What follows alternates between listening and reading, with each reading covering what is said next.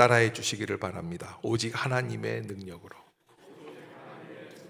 다시 한번, 오직 하나님의 능력으로.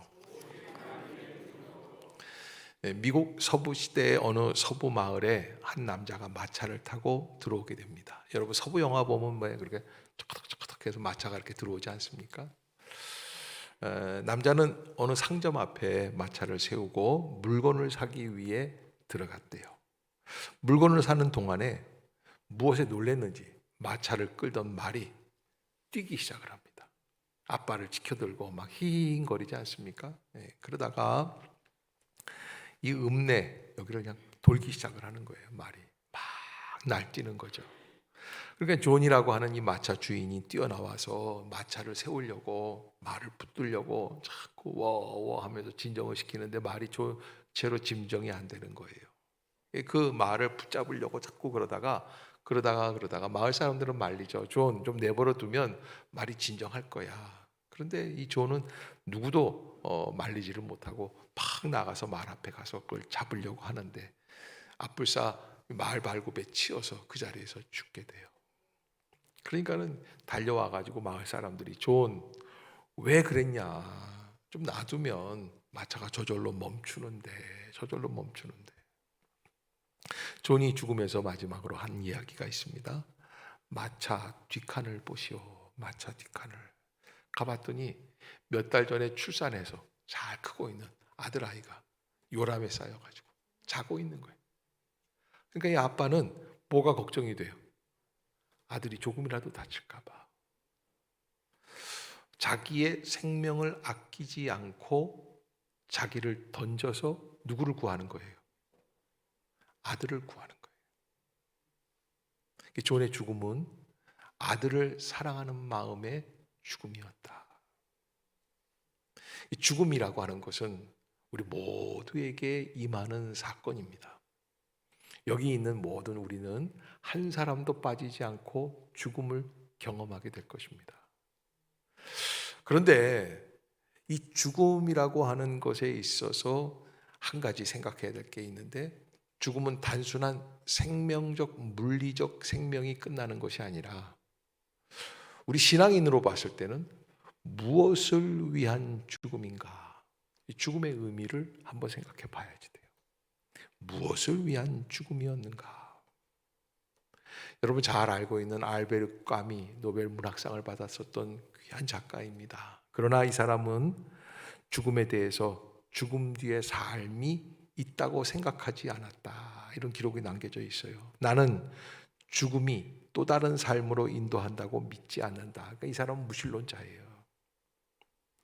죽음은 닫히면 그만인 문이 아닌가. 그러니까 이 철학자면서 작가였던 이 알베르 까미가 생각할 때에 우리 현대인들이 갖고 있는 이 죽음의 세계, 우리는 다 누구나 죽음이 두렵다고 생각을 하죠. 프로이드는 인간은 심리적으로 평생 동안 죽음을 두려워하며 살아가게 돼 있다, 그렇게 얘기를 했는데, 그런 죽음이지만 그러나 죽음은 끝나면 그만이 아닌가. 왜? 까미는 그 다음을 볼 수 있는 믿음의 눈이 없기 때문이었다. 어거스틴도, 신학자인 어거스틴조차도 중세 철학의 시작이라고 불릴 수 있는 아주 찬란한 금자탑을 세웠던 사람이지만 죽음을 두려워했다고 해요. 친구가 죽었는데 젊은 시절에 착잡한 생각이 멈추지 않는다. 죽음에 대한 생각이 나를 짓누르고 있다라는 표현을 했다는 거예요.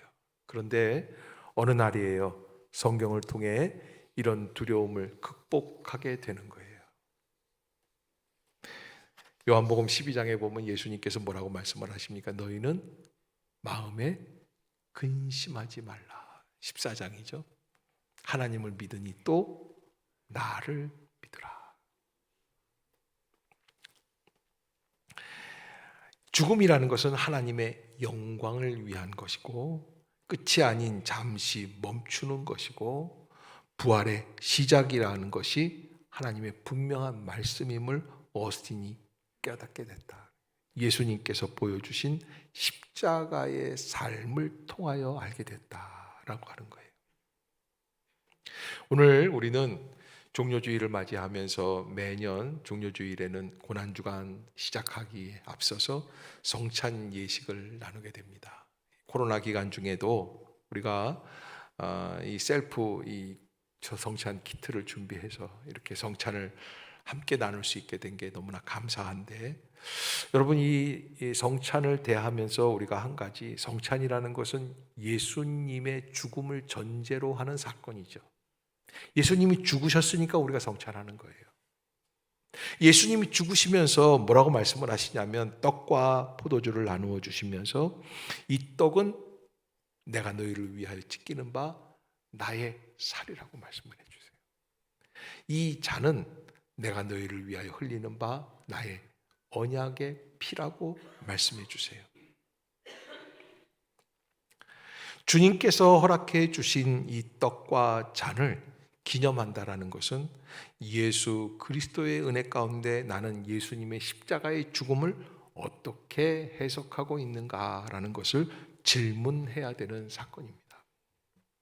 그래서 예수님은 무엇을 위한 죽음이었나라고 이야기할 때, 예수님께서 우리 죄를 위하여 자기의 살을 찢기시고 자기의 피를 흘려주셨다. 무엇을 위한 죽음이냐? 우리의 죄를 용서하시기 위한 대속하시는 죽음이다. 존이 자기 아들을 위해서 자기의 목숨을 그저 던져버리듯이 조건 없이 이유 없이, 그래서 로마서 5장 8절에 바울은 뭐라고 그러냐면, 우리가 아직 죄인 되었을 때 그리스도께서 우리를 위하여 죽으셨다, 이렇게 말씀을 하세요. 그 죽음의 의미를 우리가 다시 한번 깨달을 수 있는 아침이 되어야 할 것입니다. 두 번째, 그러면 예수님의 십자가의 죽음은 우리에게 무엇을 남기고 있는가? 옛말에 이런 이야기가 있어요. 호랑이는 죽어서 가죽을 남기고 사람은 죽어서 이름을 남긴다. 호랑이는 죽어서 가죽을 남기고 사람은 죽으면 이름을 남긴다. 그런데 예수님의 십자가의 죽음은 나에게 무엇을 남기고 계시는가? 보통 죽음은 무엇인가는 남겨주죠. 사랑하는 사람이 먼저 갔다고 하는 아쉬움, 아니면 또 절망, 또 사람은 영원히 살지 못하는구나 라는 실망감, 좌절감, 또 사랑에 대한 남아있는 여운, 뭐 이런 것들이, 부모님이 돌아가실 때 말할 수 없는 상처를 겪게 됩니다. 그런데 이런 것들이 남는데 예수님의 십자가의 죽음은 우리에게 무엇을 남겨주고 계시는가? 여러분, 놀라운 것은 예수님의 십자가의 죽음은요, 자신의 부활을 이루어내지만 그 십자가의 죽음은 자기 자신만 살리시는 게 아니라 어떻게 돼요? 본인을 믿는, 예수 그리스도를 믿는 세계 전 인류를 구속하는 통로를 열게 되는 줄로 믿습니다. 그것이 예수님의 십자가의 죽음의 의미입니다.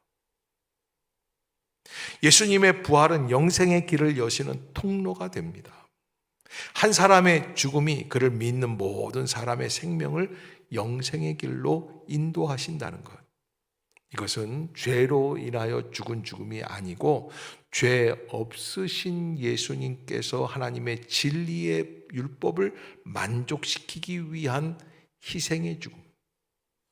그래서 예수님의 죽음은 예수님 한 사람의 하나는 죽음이 아닌 모든 사람이 죽어야 하는 그 죽음을 뛰어넘어 생명으로 이끌어가는 죽음이었다. 그래서 예수님께서는 마지막 유월절 만찬에서 떡을 나누어 주시며 자신의 살이라고 또 자신의 피라고 말씀해 주신 것이죠. 이사야서 53장에 이사야 선지자는 예수님 죽으시기 전에 700년 전입니다.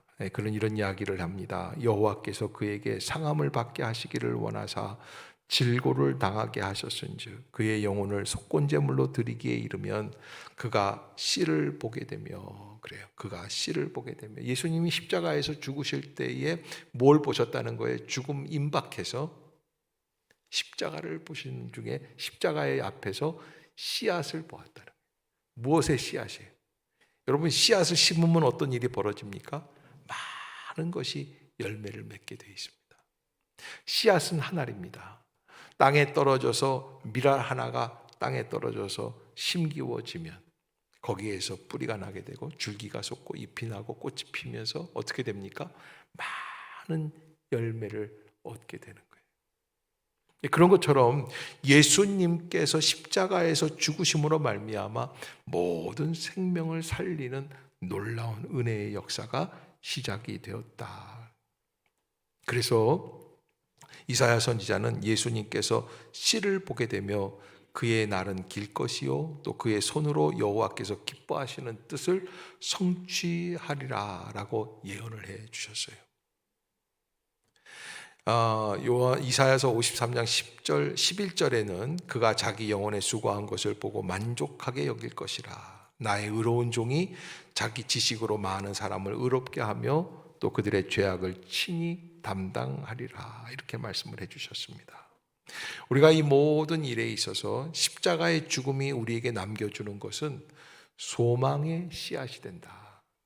그것을 우리가 꼭 잊지 말아야 합니다. 더 나아가서 마지막으로 그럼 우리는 이 성찬을 어떻게 대해야 될까? 예전에 어느 교회에서 사역을 할 때입니다. 낯선 할머니가 그분은 교회 나오시 처음인 것 같은데 성찬을 받으시는데 성찬을 탁 받으시고는 포도주를 받으면 잔을 받으면 어떻게 합니까? 자, 준비하고 있다가 목사님께서 이 잔을 들겠습니다. 그러면 주님의 피입니다. 하고 이렇게 대해야 되는데 그분은 그냥 받자마자 그냥 쫙 마셔버리더라고요.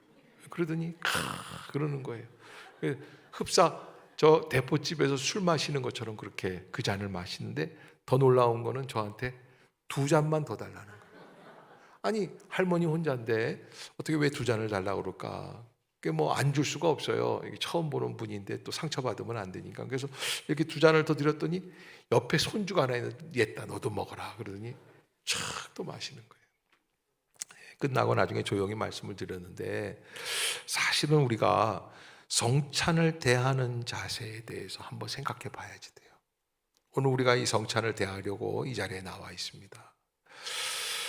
목사님들이 매주 금요일 모여서 새벽에 함께 은혜를 나누고 기도를 하고 또 여러 가지 이야기들을 하고 목회에 관해서 전반적인 것 또 책을 읽은 이야기들을 나누기도 하는데 어느 목사님이 저한테 이 목사님 군대에 계실 때 더덕 들어보셨어요?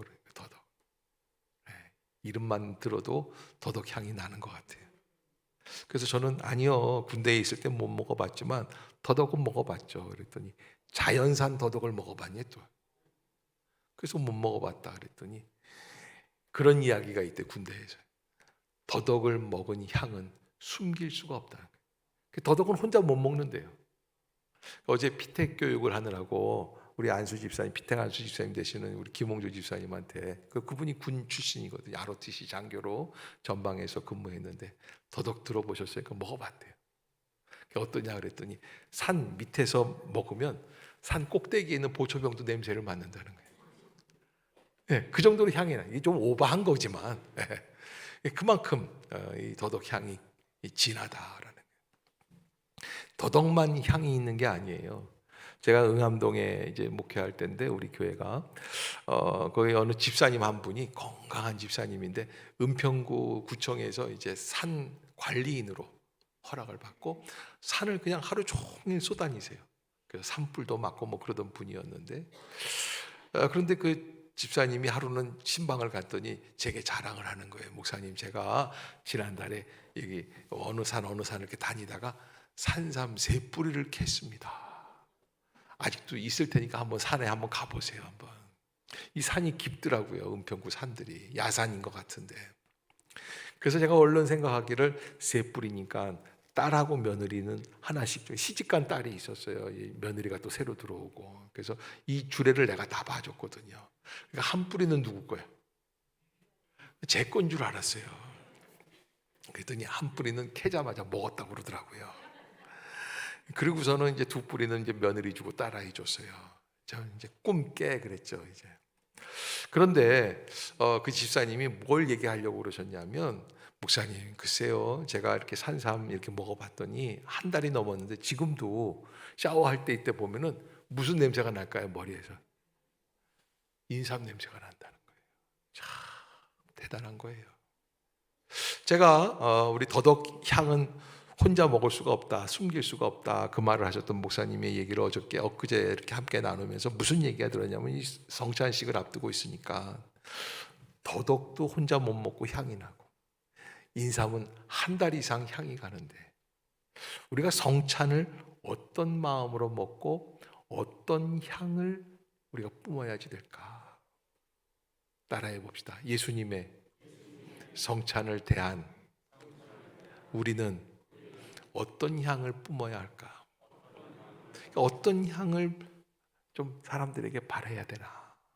이걸 우리가 한번 생각해 봐야지 되는 거예요. 그래서 집에 가셔서 한번 물어보세요. 나한테 무슨 향기가 나냐? 여러분, 뭐 샤넬 넘버 5 뭐 이런 냄새가 아니라 누구의 향이에요? 예수 그리스도의 향이에요. 많은 사람들이 이 시대를 향해서 기독교인들을 비난하기도 하고, 기독교를 어떤 분들은 개독교라고 얘기도 하기도 합니다. 그런데 그 원인 중에 한 가지가, 더덕 먹은 사람도 더덕 향이 나는데 예수 믿는, 예수 예배를 드리는 우리가 예수의 향이 더 이상 나지 않기 때문에. 그래서 여러분, 우리가 오늘 이 성찬 예식을 대하면서 한 가지 꼭 잊지 말아야 될 거, 하나님, 우리는 내 힘으로는 예수님 믿는 향을 내기가 너무 어려워요. 내 안에 아직 죄된 역사들이 많이 남아있는 것을 깨닫게 됩니다. 여러분, 예수 믿는다고 하는데 깍쟁이 있어요, 없어요? 얌체 있어요, 없어요? 여러분, 더더군다나 좀 안타까운 거는, 이 깍쟁이나 얌체는요, 나 자신은 몰라요. 남은 잘 보여요. 그래서 남들이 깍쟁이, 저 깍쟁이, 저 얌체 그러면은요, 지도 그런 줄 아시면 돼요. 왜? 모 눈에는 뭐만 보인다고 그러잖아요. 또 이렇게 얘기했더니 어느 집사님은, 목사님, 저는 다 천사로 보여요. 그런, 당신이 진짜 얌체다. 여러분, 우리가 무슨 향을 내야지 될까? 무슨 향을 내야 될까? 어떻게 살아가야 할까? 사도 바울이 예수님을 만나게 됩니다. 이 사람은 사실은 참 독특하게 예수님을 만나는데, 예수님 믿는 사람들을 핍박하는 사람이었어요.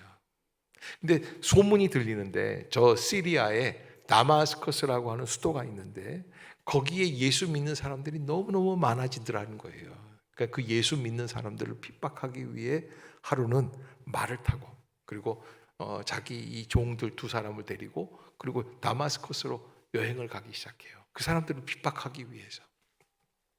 그런데 한낮이에요. 어디선가 음성이 들려요. 사울아, 사울아, 네가 왜 나를 핍박하느냐? 아무도 없는 허벌판인데 말을 타고 가는 이 바울의 귀에 이상한 음성이 들리더니 강렬한 빛이 그의 눈을 때리는 거예요. 아무것도 안 보여요. 저도 고등학교 때 철봉을 하다가, 제가 철봉 좀 했거든요. 그때 당시에는요, 턱걸이요 20개도 우스웠어요. 어떻게 참, 근데 사람이요, 제가 이래봬도 턱걸이를 하면요, 여기 이렇게 되는 게 아니라 이렇게 하면 여기까지 올라왔다니. 믿거나 말거나. 도저히 안 믿는 분이, 얌체야 이게. 예? 그럼 나도 얌체인가? 하여간 그래서 철봉을 하다가 이렇게 돌았어요. 이렇게 하니까 휙 돌잖아요. 한 번 하니까 재미있어서 한 번 더 했어요. 그게 고2 때예요. 2바퀴까지 돈 거는 생각나는데 정신이 아찔하더니 제가 손을 놨어요. 또 붕 가가지고서는 한참 날랐어요. 그리고 쿵 떨어지더라고요. 그래서 아이고, 내가 이건 앞으로는 도는 거는 멈춰야겠구나 그랬는데요, 일어났어요. 툴툴 털고 일어났는데 앞이 안 보이는 거예요. 저는요, 그때 깜짝 놀랐어요. 제가 또 등치는 크다막 하지만 좀 겁이 많거든요. 안 보인다. 야, 안 보인다. 이거 큰일 아니에요. 저는 이게 시력이 완전히 없어진 줄 알았어요. 이거 무슨 뭐가 잘못돼가지고 충격이 있어가지고 이게 철봉하다가 떨어졌는데 앞이 안 보이더라고요. 앞이요 하얘요. 그래서 막 그랬더니 애들이요, 가만히 있어봐 더 많아 그러더니 막 가더니 저 온실에 가가지고 찬물을 떠더니 샥 뿌리더라고요. 보여요.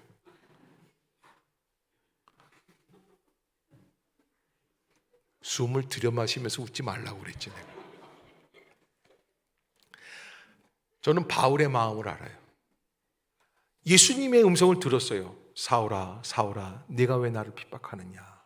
그런데 강렬한 빛이 때리는데 앞이 하얗게 안 보이는 거예요. 얼마나 큰 경험입니까? 그리고 아나니아라고 하는 선지자가 오셔서 그의 눈에 안수해서 기도를 하는데요. 이상하죠? 생선 비닐 나오듯이 이 눈에서 비닐 꺼풀이 쭉 나오는 거예요. 그리고 보기 시작을 해요. 자, 이런 체험을 하면서 바울의 마음속에 지금 엄청난 큰 의문, 질문이 하나 생기는데 뭐냐면 예수님 죽은 거 아니야? 바울은 지금까지 어떤 세상을 살아왔냐면 사람은 죽으면 끝이라는 거예요.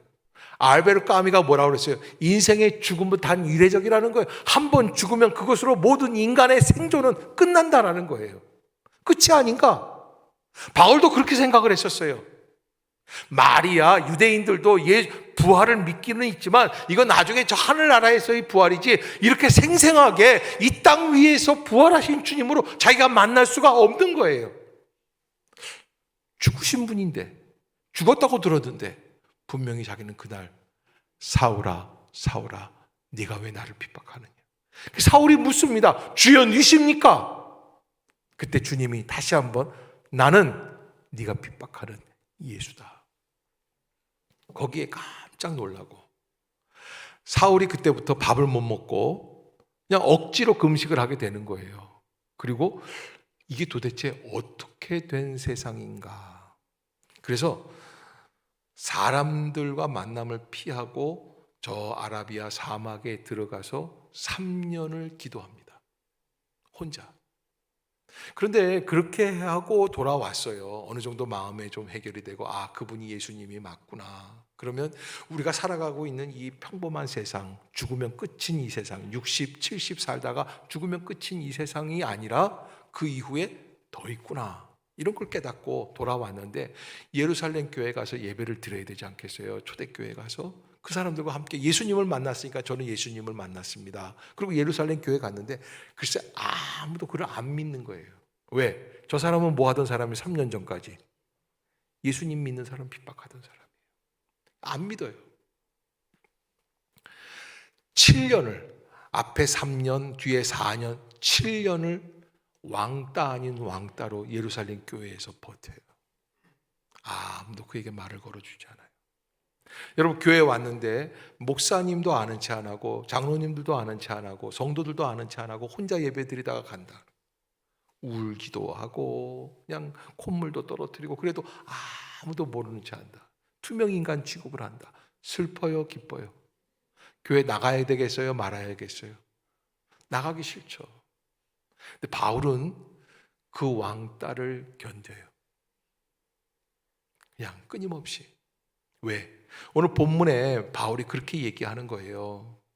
고린도전서 2장 2절에서 바울은 이런 이야기를 해요. 고린도 교회 교인들한테 내가 너희 중에서 예수 그리스도와 그가 십자가에 못 박히신 것 외에는 아무것도 알지 아니하기로 작정하였다.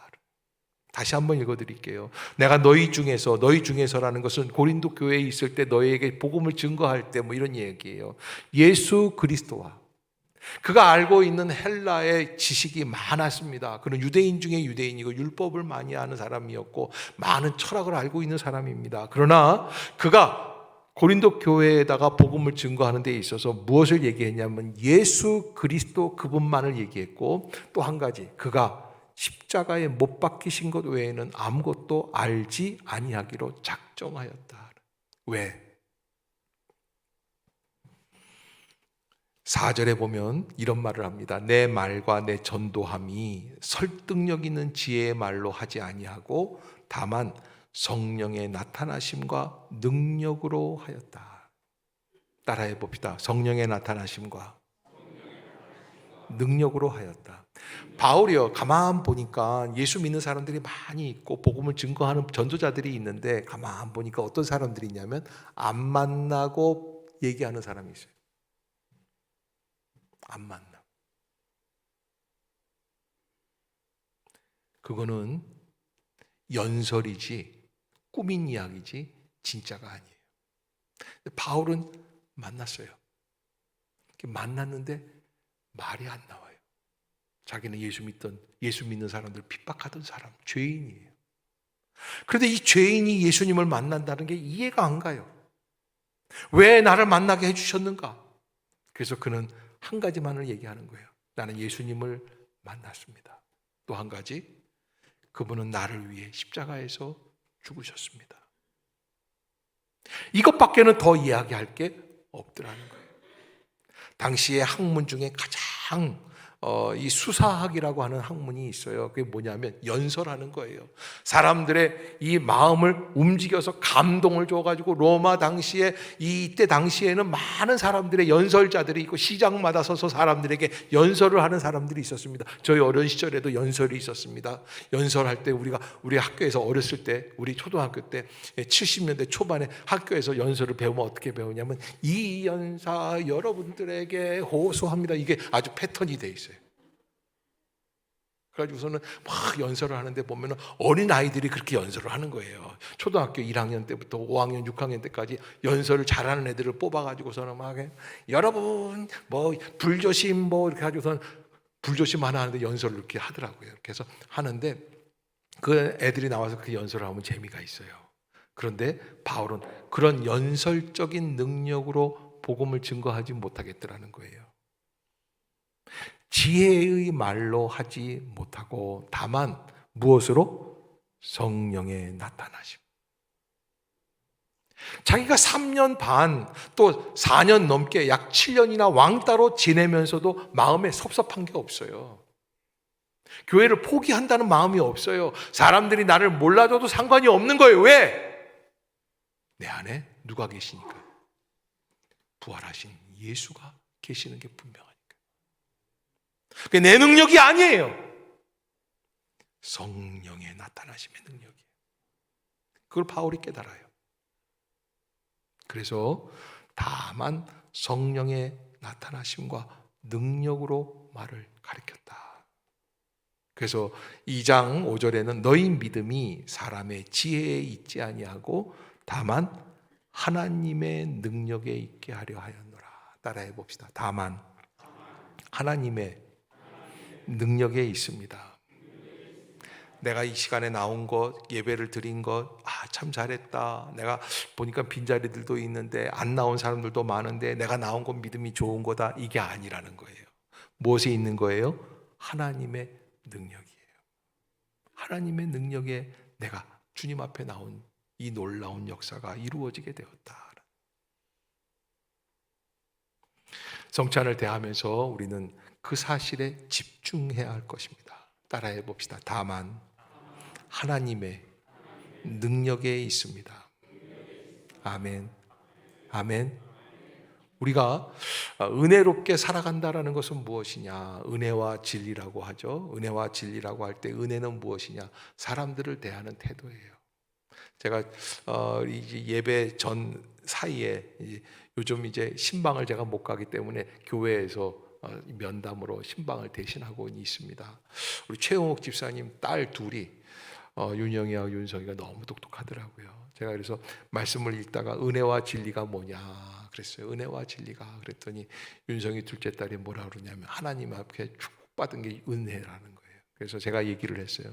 그래 맞는 얘기인데 하나님께 축복받은 게 은혜라고 한다면 그러면 축복을 받은 사람이라면 어떻게 살아가야지 되겠는가? 자, 여러분, 내가 하나님의 축복으로 살아갑니다. 그 딸내미가 지난 그 해에 고향 그 외고에 들어갔어요. 공부를 잘해가지고 시험을 봐가지고 거기 합격을 해서 들어갔거든요. 고향 외고에 들어간 게 네 실력이냐 하나님의 은혜냐 그랬더니 걔가 하나님의 은혜입니다 그러더라고요. 어떻게 목사 앞에서 제 실력입니다 그러겠어요. 그런데 네가 하나님의 은혜로 들어갔으면 너 옆에서 공부 좀 못하는 애들도 무시하면 되겠니 안 되겠니? 목사님 그러면 안 되죠. 못한다고 무시하는 게 아니에요. 여러분 공부 못한다고 무시하는 거는 은혜를 모르는 사람이에요. 그래서 은혜라는 것은 사람을 대하는 태도예요. 그런데 그러면 나도 못해도 되느냐? 아니에요. 여러분, 우리는 어떠한 길로 가야 되냐면 진리의 길로 가는 거예요. 이게 은혜와 진리의 관계예요. 은혜는 남에게, 진리는 나에게. 아멘. 여러분, 우리가 예수를 믿는 사람들입니다. 예수의 향기를 발하여야 되는 사람들, 예수님의 성찬을 대하는 사람들. 우리가 어떻게 살아가야 됩니까? 은혜와 진리로. 은혜는 누구에게? 옆에 사람 쳐다보세요. 당신에게 주님의 은혜가 있기를. 어떻게 봐주겠다는 거예요? 네? 요즘 코로나 때문에 2년 반 동안 우리가 못 쓰고 살았어요. 마스크 미녀라는 얘기가 있어요. 마스크 미녀. 마스크 벗고 미팅하자는 얘기가 있어요. 소개팅을 하는데 마스크를 쓰면 몰라본다는 거예요. 또 다른 여자가 나온다는 거예요. 그런데 여러분, 마스크를 쓰면 얼굴이 다 안 보이는 것처럼 우리가 하나님의 은혜의 안경을 쓰면 상대방의 허물이 보이지 않게 되는 거예요. 또 진리의 길은 어떻게 되는 겁니까? 나는 어디의 길로 간다? 주님의 말씀의 진리의 길로 간다. 여러분, 우리가 그 사실을 이해하고 조금만 얌체스럽지 않게, 얄밉지 않게, 그냥 사람들한테 따지고 예수 믿는다고 하면서 교회 나가야 된다 그러면서 우리 주일날 목사님이 은혜로워, 설교가 너무 좋아, 예배 와봐 이러면서도 콩나물 100원만 깎아줘요 이러면 되겠어요? 여러분, 택시를 타고 왔어요. 우리 임마누엘 교회 앞에까지 택시를 타고 오시는 분들은 5,000원 내면은 잔돈은 1,000원짜리 한 장만 받든지 안 받아도 좋아요. 아멘 하는 사람이 여기 성가대 한 사람밖에 없어요. 따라해 봅시다. 택시 타고 오면 잔돈은 받지 맙시다. 아멘. 그리고선 살아가세요. 잔돈이 아까운 분들은 택시를 타지 마세요. 하여간 우리가 예수 믿는다고 하면서 좀 깍쟁이처럼 얌체처럼 살지 말아야지 돼요. 집안 모임이 있을 때에도 그저 준비한 거 다 끝나고 마지막 이제 하려고 그러는데 그 순간에 어머니 죄송해요. 그리고서는 교회 여전도회가 있어서 늦었어요. 그리고서 꼭 핑계는 뭐 대는 거예요? 얌체예요, 아니에요? 얌체예요. 남들보다 좀 일찍 가가지고 동서들이 일하지 않는 것까지 일하고 축복해주고 섬겨주고, 이런 얘기하면 꼭 제 눈을 피하는 분들이 있어요. 여러분, 우리가 예수의 향을 남깁시다. 더덕도 혼자 못 먹는다는데 주님의 성찬을 대하는 우리가 주님의 은혜 가운데 모든 사람들에게 예수 그리스도께서 십자가에서 못 박히신 것을 알릴 수 있는 은혜의 삶, 그런 은혜가 임할 수 있기를 주의 이름으로 축복합니다.